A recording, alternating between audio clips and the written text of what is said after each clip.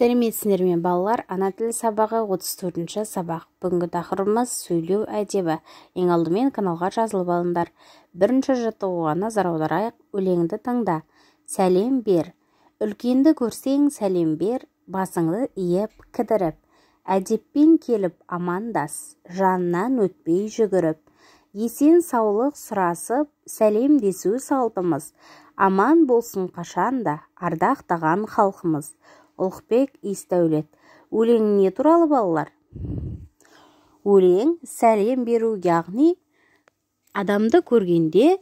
басқа адамды көргенде амандасып, саулық сұрасып, сәлем беру керек екен.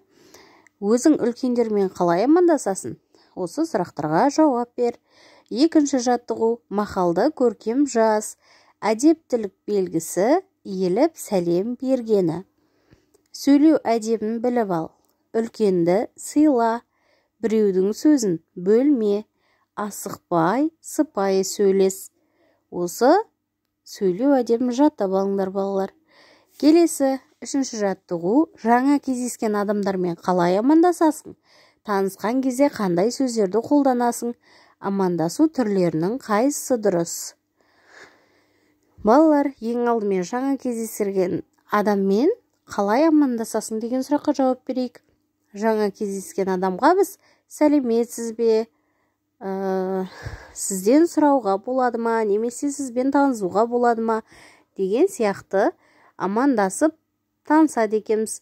Ал танысқан кезде қандай сөздерді қолданасың? Ал танысқан кезде сәлеметсіз бе, сізбен танысуға бола ма? Менің есімім Арман, сіздің есіміңіз кім деген сияқты танысып, ары қарай аты-жөніңді барлығын айтып, сұрасып, сөйлесуге болады екен. Амандасу түрлерінің қайсысы дұрыс? Сәлеметсіз бе, саламатсыз ба, сәлем, қалыңыз қалай деген сияқты амандасу түрлері көп екен балалар. Немесе үлкен кісілерге бізде қазақтарда ассалаумағалейкум, уағалейкум ассалам деп амандасып жатады балалар. Жақсы, осы амандасу түрлерді есте сақтап аламыз, каналға жазылып аламыз.